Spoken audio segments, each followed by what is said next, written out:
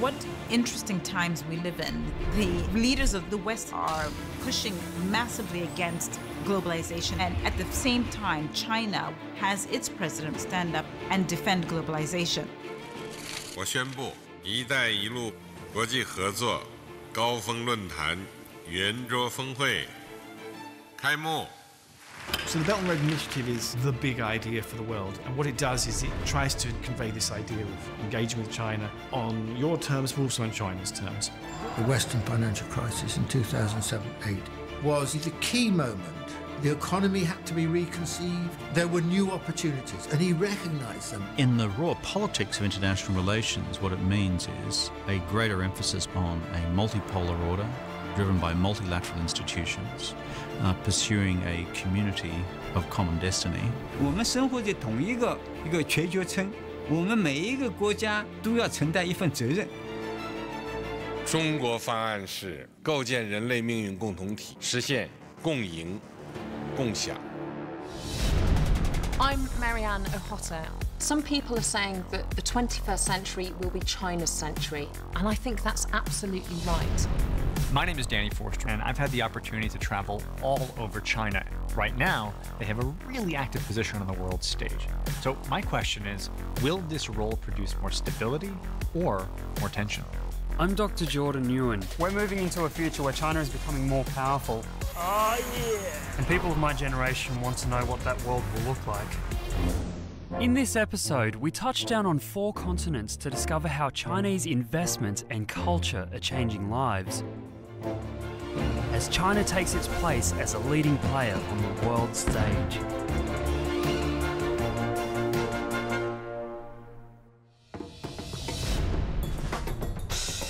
To understand China's vision for the world, a good place to start is Africa.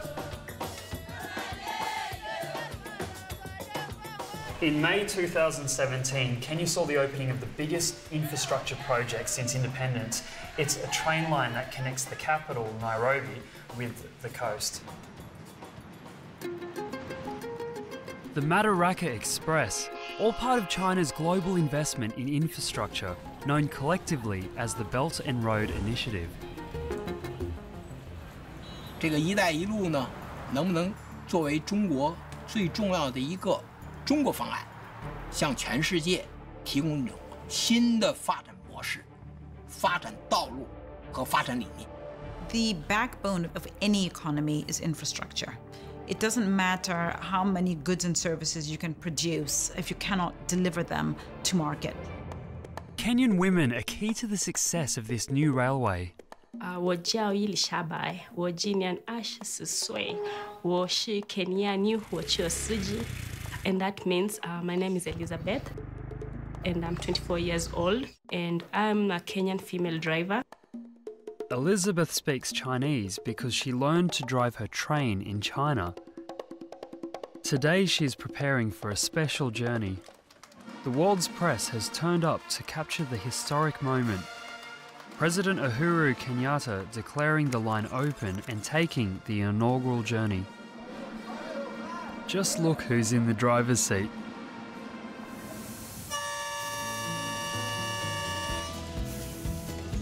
Before the Chinese came on board with the project, rail travel in Kenya had been way off track. The previous line, built over 100 years ago, was known locally as the Lunatic Express and was unable to meet the needs of modern Kenya. All attempts to make that railway commercial so that it can carry a lot of freight and also carry a lot of passengers has been unsuccessful. Solomon Una was an engineer on the old line for over 40 years, but he had a dream, a brand new line fit for the 21st century. There was just one problem: money. Finally, in 2014, President Xi Jinping offered a solution: a loan of 90% of the costs of the new railway, technical expertise and overseas training for Kenyans. For Elizabeth, a whole new chapter in her life began. We went for training in China. That was the first time I got hold of driving a train. It was really exciting because I thought, this is something I didn't imagine myself doing. 一个国家发展就是要对它的人力资本进行投资，我们帮助他们来进行人力资本投资。The investment in infrastructure in Kenya will expand into the interior is massively transformative for countries that need to trade. If they can use that capital to invest in a country that is 100% arable land, or where they can easily grow crops, then they can say, we'll build the infrastructure, win for you, but in return, we need food. Can you export all your food to us? Win for us. Following the success of the president's opening, Nairobi to Mombasa has become a regular trip for Elizabeth. After turning on the locomotive, the journey starts. The journey, which once took 24 hours by train, now takes a mere 4.5, to the delight of Elizabeth's passengers. Because by bus, it's hard to plan because you don't know if there's traffic or not. But with the train, it's guaranteed. Everyone wants to try the train. So that brings business to Mombasa. That brings business to Nairobi. And this new line is all about business. The motivation for China getting involved is the expectation that improved transport links between the port of Mombasa and Nairobi will energise the Kenyan economy. This project has given the Kenyans a lot of pride. High speed, high capacity, modern railway.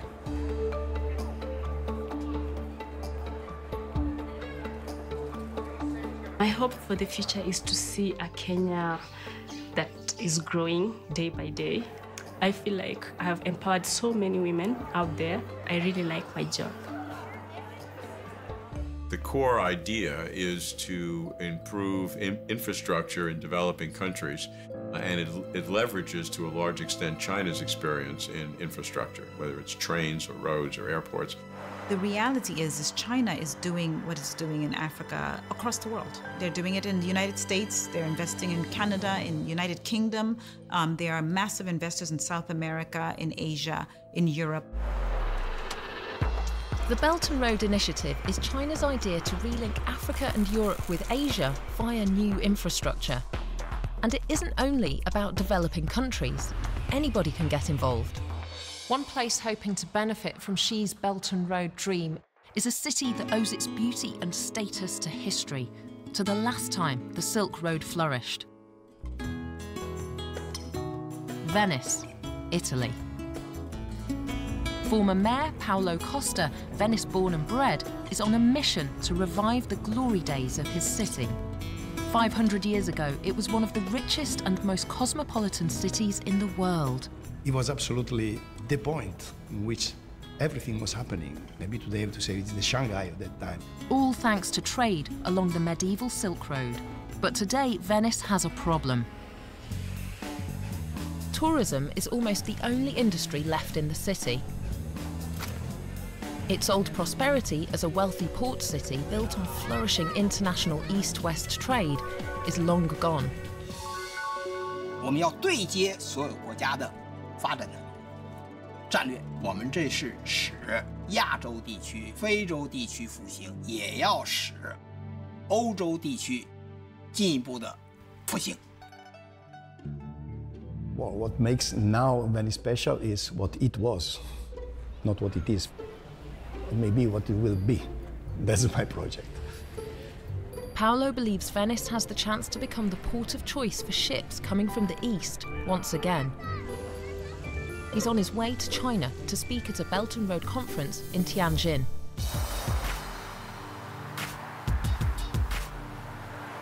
Belt and Road projects are already under construction. Railways, roads and bridges in Ethiopia and Laos. Power plants across Central and South Asia. Ports in Greece and Pakistan. This combination of Chinese expertise and investment aims to jumpstart global economic growth. In 2016, over $47 billion was spent on Belt and Road projects. When you read the literature on One Belt, One Road, the underlying thematic is win-win. really win-win has to now start meaning win-win for China and its partners. There can't be an idea that it's always on China's terms. Tianjin, China. Paulo Costa has come to speak at a Belt and Road Initiative conference. Professor Paulo Costa. When I was a child, I was told the wealth of my city came exactly from the Silk Road. 它一带一路不是 not a plan, but China initiative. 它 initiative 倡议就是说我倡议，你也来加入。Paulo's project to revive Venice's fortunes is cutting edge. Thank you, Mr. Costa. The idea is to build a deep water container port 8 kilometres offshore that will bring vital new business and jobs to Venice without damaging the ancient city.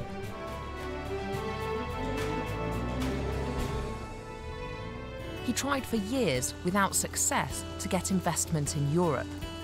Now, a Chinese civil engineering company has come on board, bringing investment, maritime construction expertise, and an enthusiasm for the project to match his own.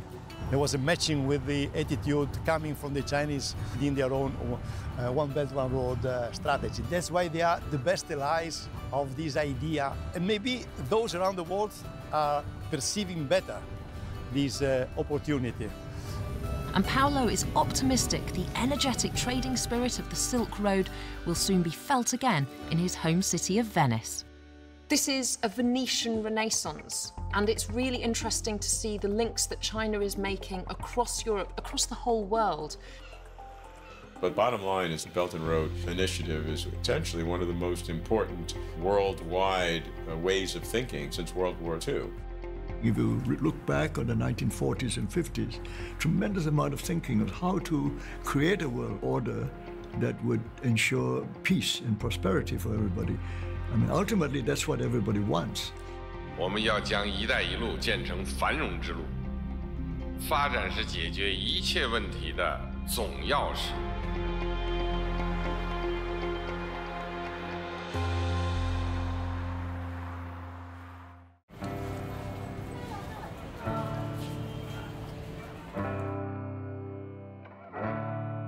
Hangzhou 2016.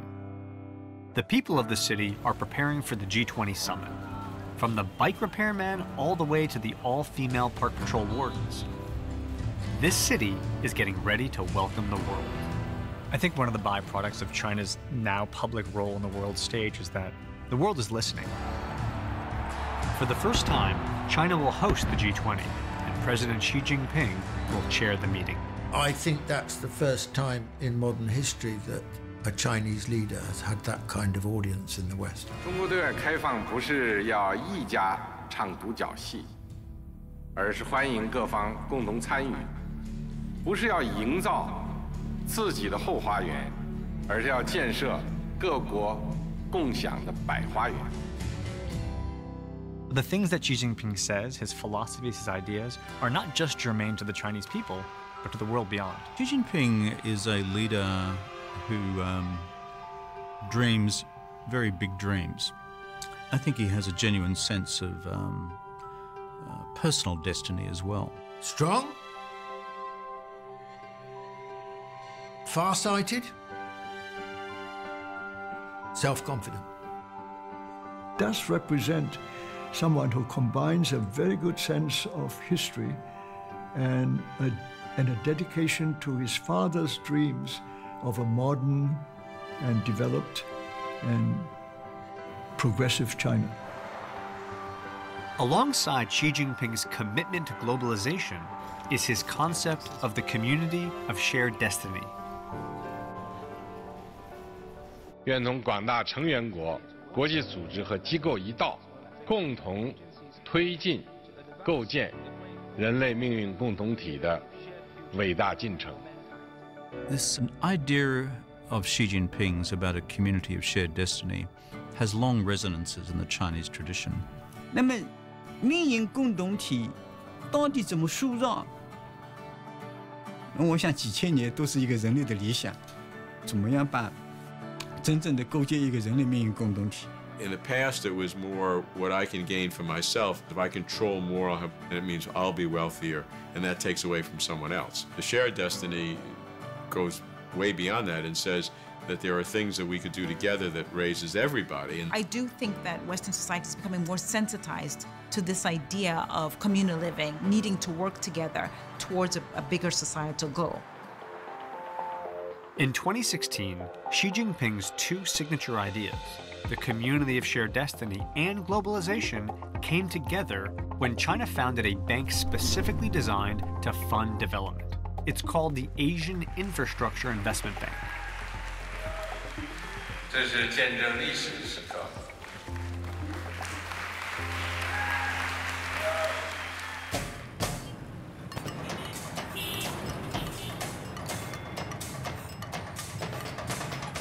Think about infrastructure in very big terms, railways and airports and so forth, but we don't often think about bottom-up development, and it's also really, really critical. One of the AIIB's first loans was to help improve hundreds of poor Indonesian neighborhoods. Upgrading a slum in Indonesia might seem like a really small project, but the economic implication can be huge. Meet Sumono. He's an ampo maker, a healer of sorts. He makes a type of traditional Javanese herbal remedy. Dan saya sehari-hari di Yogyakarta, pekerjaan saya bikin ampo dari tanah liat. Potential benefit is addressing world imbalance and giving developing countries the tools to build themselves, and that makes it sustainable. Locals chew ampo to aid digestion. For this, he needs clean sand. However, when the local river was polluted, Sumono could not work. 另外来看呢，就是我们创新融资手段，比如建立亚投行，实行长期对基础设施的贷款、低息了，还有其他的一些手段，能够进行融资。 Ashrodiono works for the Indonesian City Without Slums project. His team have upgraded the sewage waste and drainage systems, improved roads, and developed green areas. Fasilitas-fasilitas yang memang itu sangat dibutuhkan oleh masyarakat, yang tadinya memang masyarakat tidak pernah bermimpi akan seperti ini hasilnya. Untuk kegiatan-kegiatan yang kita lakukan memang tidak hanya fokus pada infrastruktur, tapi juga pada pengembangan kapasitas masyarakat. The clean and accessible waterways means Sumono has been able to return to work as a healer. And life for everyone in the community has improved. Kalau sore buat main anak-anak, dan sekarang bersih lah, sangat bagus. The project's reach extends to 154 cities in Indonesia and will benefit nearly 8 million people. That kind of local, community-based domestic dignity has a huge impact in the economic development for this town and neighborhoods just like it. 56 countries have now joined the AIIB, and they've invested a whopping $3 billion in development projects across Asia, Europe, and the Middle East.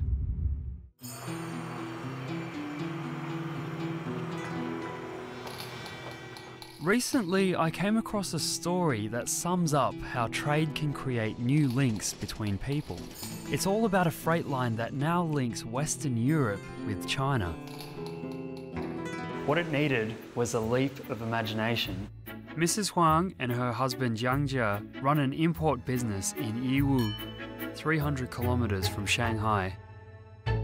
喂，你好，你是物流保税中心吗？ Mrs. Huang is chasing a delivery. 我也很着急，很着急，因为这个货我们这里确实要品酒用的，现在没有货。 The delivery is traveling thousands of kilometers. China used to be very totally regionalized, that you had no way to ship goods out of just a local area.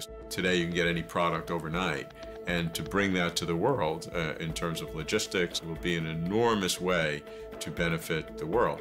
And it's about connectivity. It's about creating connectivity in terms of internet, logistics, people-to-people, cultural links, trying to kind of create people's interest in engaging with China who have never thought of it before.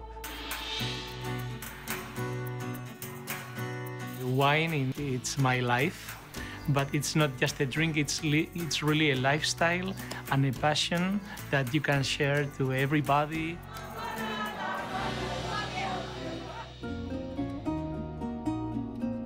In northern Spain, Rafael's family have tended these vineyards for 4 generations.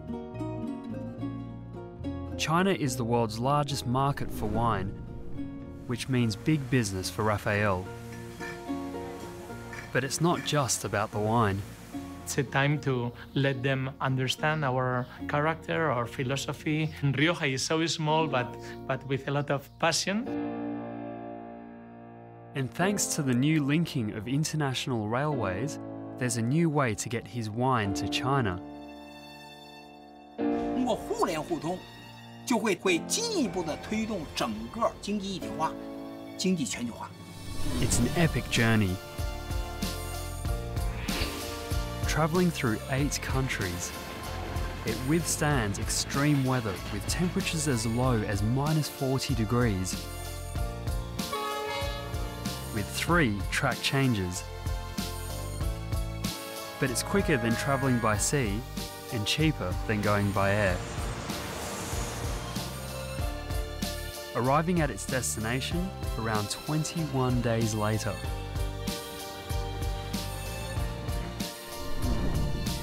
China needs to rebalance its own geography, and so many of the provinces that are on the Belt and Road route are at the periphery, are not at the highest developed level now. So those provinces will benefit more than they have in the past. It is a way of restating a kind of order in which China would be the most comfortable, in which they have friendly economic relations with a whole range of countries, ensuring access to markets and resources as far as possible.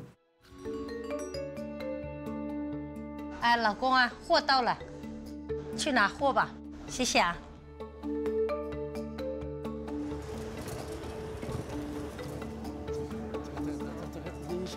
It's just in time for her tasting.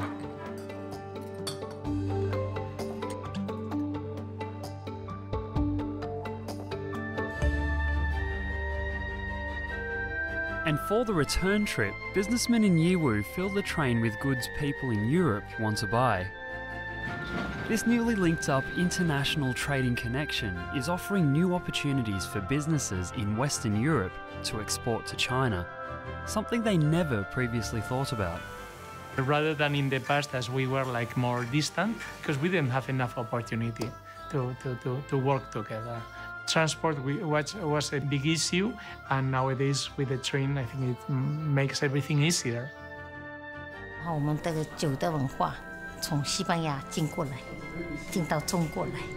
It seems that transport links are more than just about trade. It's an opportunity to share cultures. 干杯！Salud! What it is making sure that the world sees China as a partner. It doesn't see it as a threat. 实际上，丝绸之路本身就是一个文化交流之路，是文化互鉴之路，也是文化我们说的分享之路。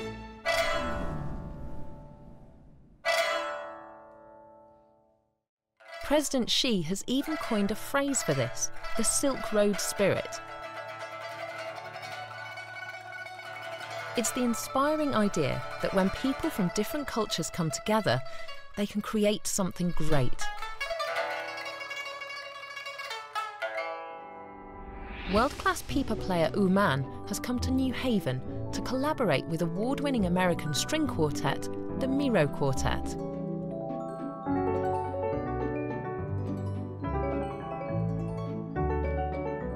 Right now, I'm going to go into rehearsal, and this is the first time I'm gonna meet with the Miro Quartet, pipa and string quartet put together. I'm very excited. The future of music is the melding of all of this sort of cross-culturalism and trying to really make Western ideas and the Eastern ideas and just bring them together and see what happens. I think there's a lot of exciting things that could happen with that and is happening with that.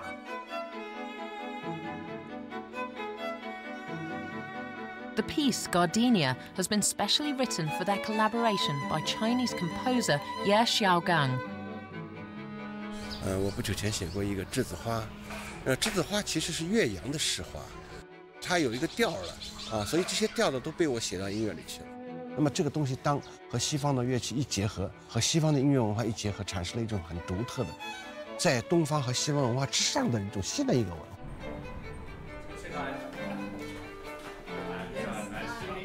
Wu Man has never met the Miro Quartet. We're excited to hear what this piece sounds like. Yeah, But in just 24 hours, they will perform Gardenia together as the climax of Yale's Arts and Ideas Festival.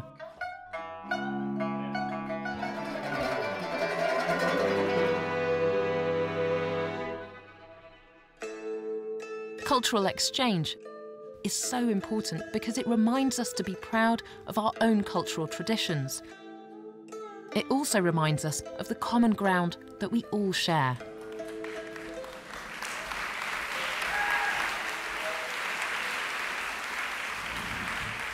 The evocative nature of that instrument with the quartet, I think you'll really enjoy. So this is the world premiere. "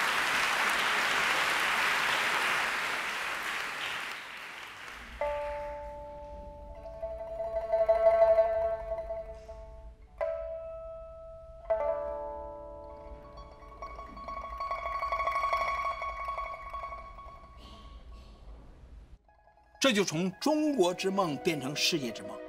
我们中国之梦是什么之梦？就是伟大的复兴。世界之梦是什么？就是我们要打造一个利益共同体。 It's not about us embracing Chinese values because I don't think China wants that. It feels it's pretty exceptionist.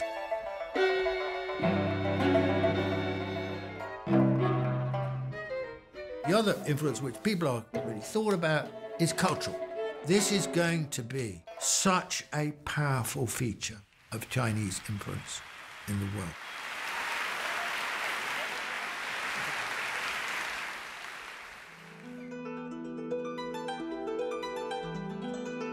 Traditional Chinese medicine student Xie Miaoyang and her classmates are rehearsing a dance that tells the story of TCM. And in a few weeks, they'll perform in front of an audience in Paris. Their dance, however, does have a serious message. 中医药，我觉得面对在世界来说，并不是为众人所了解和接纳的。所以，作为我们中医的学生，需要有这样的责任和情怀去传播它，去让更多的人了解中国中医药。以辨并论。Today, students arrive from all over the world to study TCM, drawn to that ancient Chinese system of knowledge. Certainly when I started coming to China, there was a big deference towards Western culture. But increasingly there's a kind of modest enthusiasm about Chinese culture, not just what's happening within China, but also sharing it with the rest of the world. American student Stephen Wang came to Beijing to train in traditional Chinese medicine after he was treated with TCM back in America. If you're studying with the best Chinese doctors in China, you're kind of studying with the best Chinese doctors in the world. When I was a kid growing up in New York, if you felt sick, you went to the doctor, and he probably gave you a pill, and you probably did feel better ultimately, but today, things have changed. You will actually have a legitimate conversation about pairing Western and Eastern medical methodologies, and that's a big change. Stephen is in his final year of his studies, and today, he's treating a patient. To alleviate her condition, Stephen is going to perform acupuncture. This is used to release the flow of energy known as qi. Practitioners believe that qi travels throughout the body on different paths, meeting at the top of the head. When you said Chinese culture, they meant traditional Chinese culture. And that was by definition unmodernized. But as a country develops, it then begins to rediscover itself. modern China somehow should be built on top of your heritage, but drawing the wisdom of the past into the future. Obviously, I think good Western medicine and good Chinese medicine are both just seeking for efficacy. A knowledge of TCM also proved the secret to finding a new, successful treatment for malaria. Inspired by an ancient TCM remedy, Chinese chemist Tu Youyou found that the Artemisia plant is effective against malaria.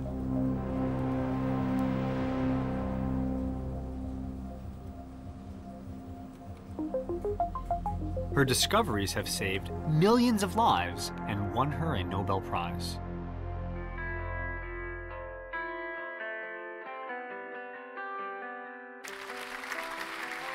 The real source of wealth in the world is the creation of knowledge. And so the more knowledge is spread, the more everybody benefits, because knowledge multiplies. No, I think that the Chinese do now, or are developing a vision for the world.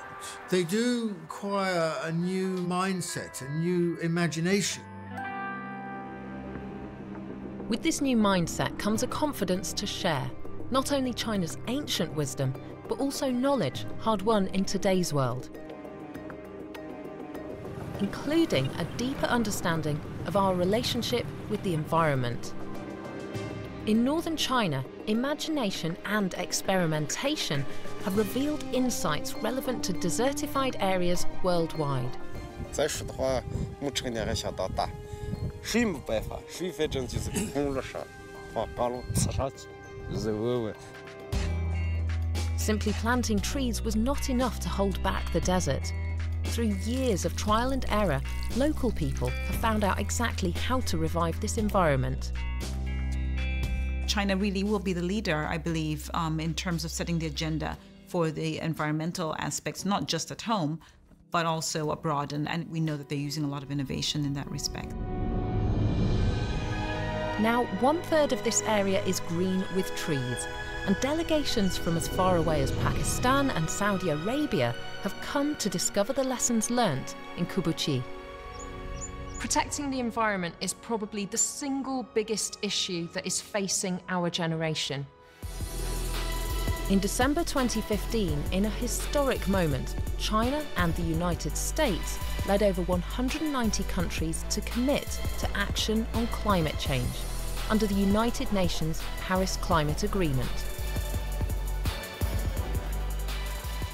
作为全球治理的一个重要领域，应对气候变化的全球努力是一面镜子，给我们思考和探索未来全球治理模式，推动建设人类命运共同体带来宝贵启示。 I think Xi's achievements thus far, from a global perspective, would be having brought about a fundamental U-turn in Chinese policies on climate change. In terms of consequences for the planet, to have China on board, I put that down as a win. I see a newfound confidence that means that China and Xi Jinping are really taking their place on a global stage. China is getting more deeply involved in a wide range of global institutions. China has become a major funder of the World Health Organization and the World Bank. Their voice is heard in the G20 and at the UN Security Council. As China takes a more prominent role on the world stage, I'm keen to understand, what kind of global power will China be?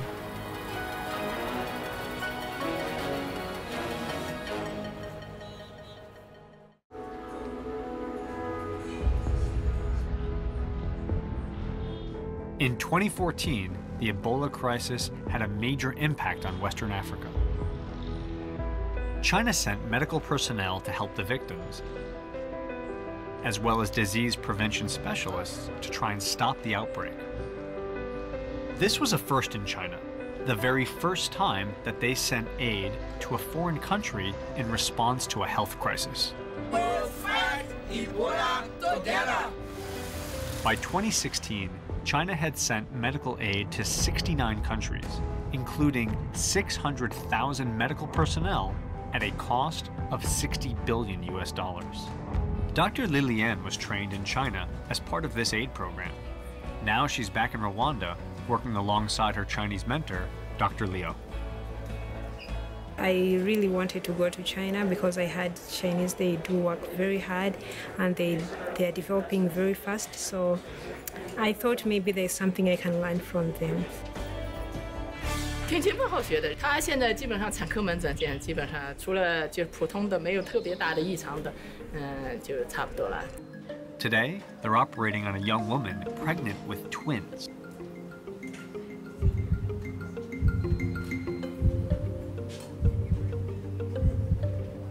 Time is of the essence. 3 lives are at risk.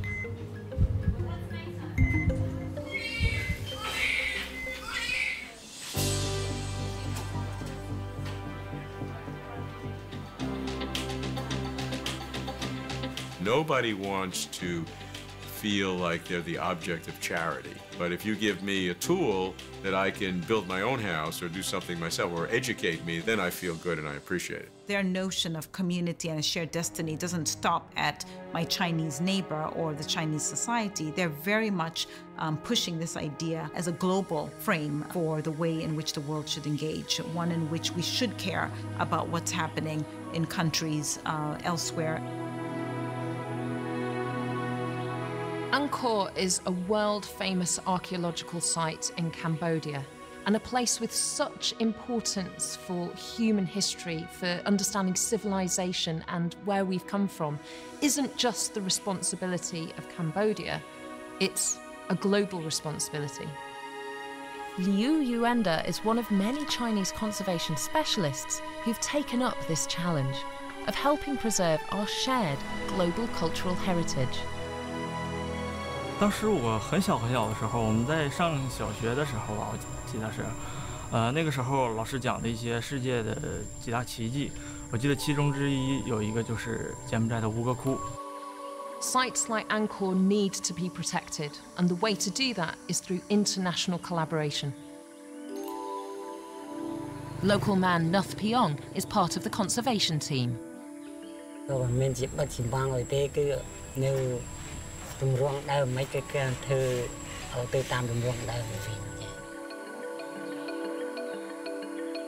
们所有的就是跟当地的人都非常的融洽，我们就平时的话就像朋友一样，在工作上配合呢，因为长时间的一个配合已经有了一定的默契。បាទខ្ញុំធ្វើការជាមួយក្រុមចិននេះគឺអត់មានការឧបសគ្គអ្វីទេបាទព្រោះអានេះ 吴哥这个整个吴哥考古公园里面，这里面有很多大大小小很多的遗址，这是一个可以说是全人类的一个文化瑰宝吧。可以说，不同的宗教、不同的文化这种交流，是人类发展历史的一个主线、主流。The concept of shared destiny is a very important one. It's a dance between what you do for your self-interest and what you do for the world. China's position as a sort of leader, as a global power, means more and more responsibilities.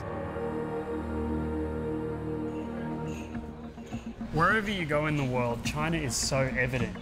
Not just investing in developing countries, but also taking a role in global institutions. In 2015, Chinese peacekeepers began a tour of duty in South Sudan. They're still there today. 7班重做3桶1 9班重做3桶3 One of the world's poorest countries, civil war broke out here shortly after independence. The peacekeepers' job is to protect the civilian population against attacks by rival militias. Out on patrol through the bush, they must always be on alert for attack. This is the UN camp.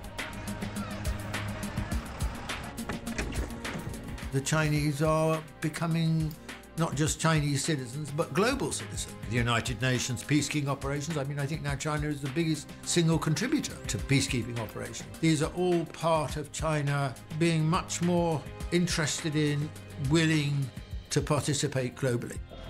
After years of war, basic services have broken down.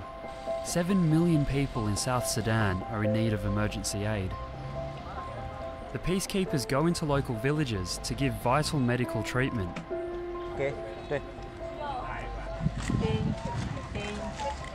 And then I feel headache. During this tour of duty in South Sudan, 2 Chinese soldiers were killed.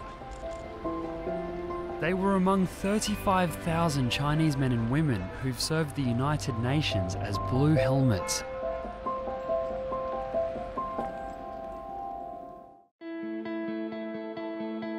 The world reflects on where China is going next.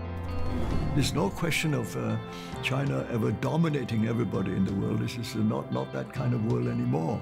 And China, I think, respects that, understands that.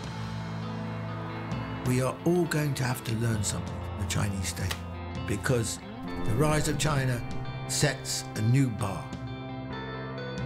This is a time in geopolitical events that we haven't seen in a very long time. China's going to take a new place in the world. The One Belt, One Road initiative is one of these incredibly transformative ideas. On paper, it's genius. How this grand experiment turns out, I don't know. But you've got to say, no one's tried anything like this. It's not a, for a few years. This will take a century or more to really fully implement. It's something that the world needs, and it's part of a collective world way of thinking. It's a new way of thinking. At the heart of today's China stands President Xi. 他是一种改则改为的领导人. He dares to make a decision.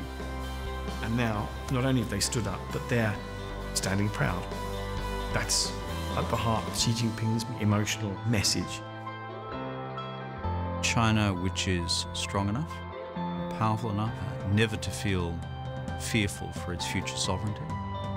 China taking a much bolder place in the councils of the region and the world. 愿同广大成员国、国际组织和机构一道，共同推进构建人类命运共同体的伟大进程。